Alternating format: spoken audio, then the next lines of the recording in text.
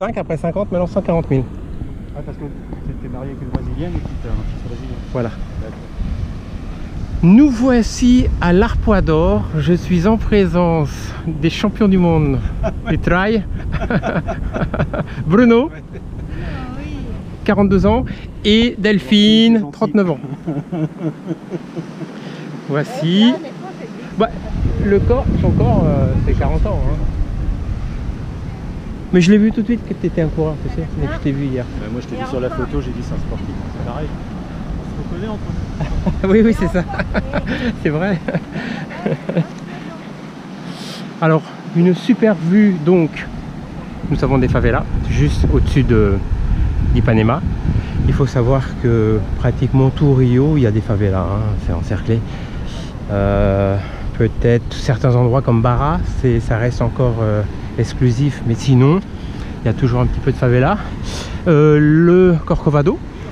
Et nous sommes là, voilà, hop, le pain de sucre. Nous avons commencé notre journée au pain de sucre. Et nous sommes venus ici faire la deuxième visite avant d'aller manger. Il fait super beau, nous sommes lundi, il doit faire 30 degrés 29, c'est très agréable. Voilà, et puis comme c'est lundi, c'est très calme en fait. Hein. Nous sommes à l'Arpoador, donc là-bas, Ipanema les Blonds. Je vais aller avec la caméra. Voilà.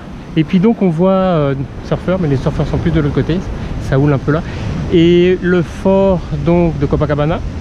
On a Copacabana là-bas. Et ça, tout ça c'est Niterói. D'accord. Après l'Emé, on n'y a pas accès. Hein. Après l'Emé, la plage de Copacabana, l'Emé, on a le pain de sucre. Il faut faire le tour en fait. Hein. Donc il faut aller à la place 15 au centre. Et il faut prendre un bateau sur le pont, ou le pont Niterói pour aller pour traverser. Et voilà, je vais filmer de l'autre côté un petit peu. Venez. J'en profite pour vous dire bonjour.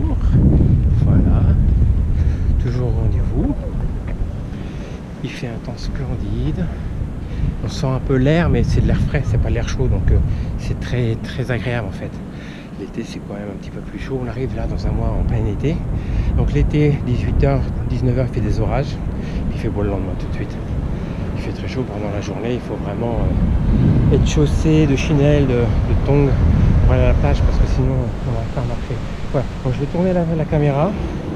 Donc les gens, voilà, je vais tourner doucement. Nous voyons donc les deux Irmãos, les deux frères, la favela Vigidal, l'hôtel, l'ex-Sheraton, ça a changé de nom il me semble. Je sais plus quel hôtel maintenant, mais bon.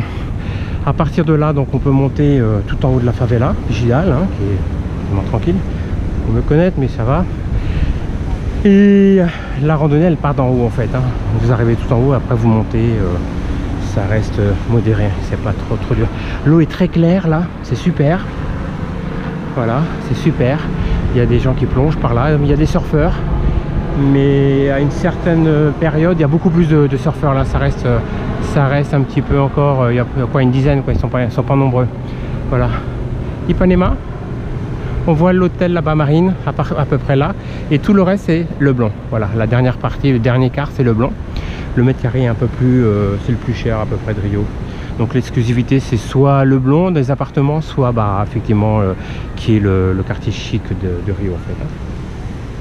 Rio c'est grand, c'est 100 km de long, donc c'est les quartiers, nous sommes en zone sud, donc zone azul, et dès qu'on passe là-bas, les deux Irmãos, on arrive en zone ouest, São Coado, Barra, et puis ça continue.